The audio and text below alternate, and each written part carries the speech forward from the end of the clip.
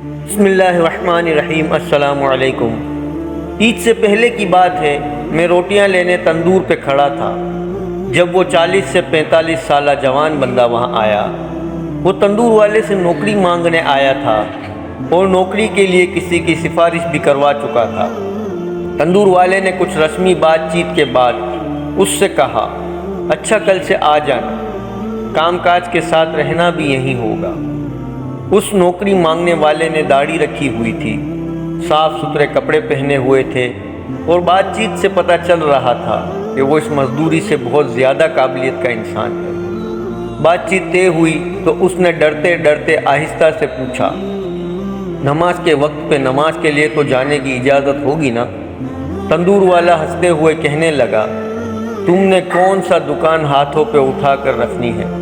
نماز کے لیے ضرور جانا، باقی یہاں پہ کام ٹھیک سے کرتے رہنا تو ہمیں تمہارے نماز پڑھنے سے کوئی مسئلہ نہیں۔ پھر تندور والے کو ایک دم خیال آیا تو بولا، اب کل سے کام پہ آ رہے ہو تو 4 دن بعد دوبارہ عید کے لیے گھر نہ چلے جانا، یہ نہ ہو 4 دن بعد ہی عید کی چھٹیاں مانگنے لگ جاؤ۔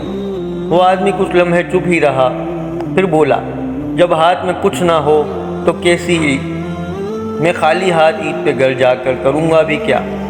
جب عید منانے کے لیے کچھ نہیں ہوگا تو وہاں جا کر بچوں کو کیا منہ دکھانا ہے؟ اس کے لہجے میں شدید تکلیف تھی۔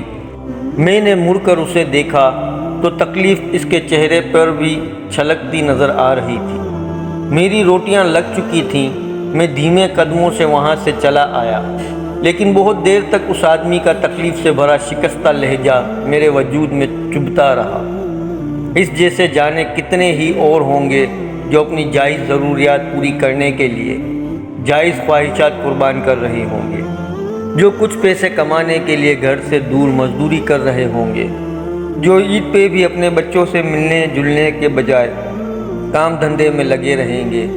خدا ان سب کو بہترین مال و دولت سے نوازے، ان کی مشکلات آسان فرمائے اور انہیں خوشیوں کے ساتھ آئندہ اپنی عیدیں اپنے گھروں میں کرنا نصیب فرمائے، آمین۔